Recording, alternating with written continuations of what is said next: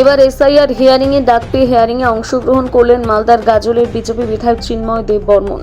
তবে তিনি হিয়ারিং এ ডাক পেলেও বিরোধীদের মতন হিয়ারিং হয়রানির অভিযোগ তোলেননি।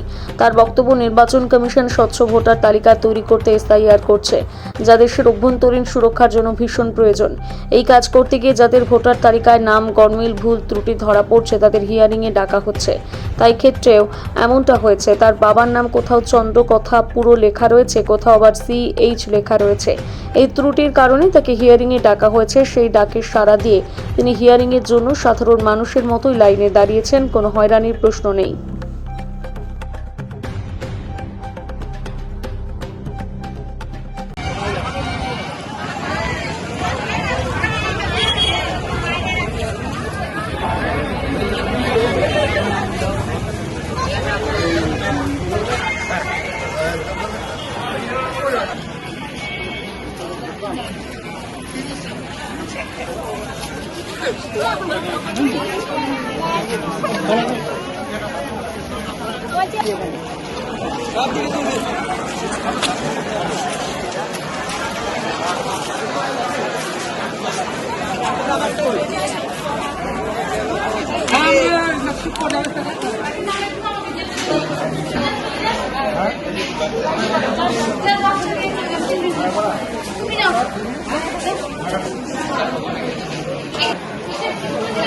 বললো তো বড় লাইনে দাঁড়াতে পুরো চলে আসতো।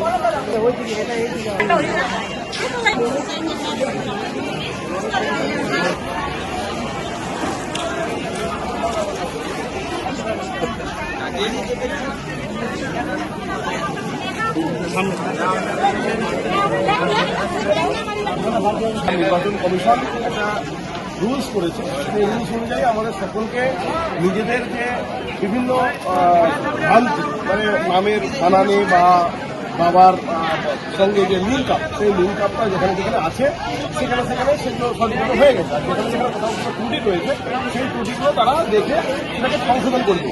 তার আভ্যন্তরীণ সুরক্ষার বিষয় রয়েছে, যেমন নিজেদের সমস্ত কিছু সঠিকভাবে এক নাম, মানে ব্যাংকের বইয়ে যে নাম থাকবে, জমির কাগজেও তাই নাম থাকবে, ভোটার লিস্টেও তাই নাম থাকবে, আধার কার্ডেও তাই নাম থাকবে, প্যান কার্ডেও তাই নাম থাকবে, সংশোধন করে নেওয়ার ব্যাপার আছে।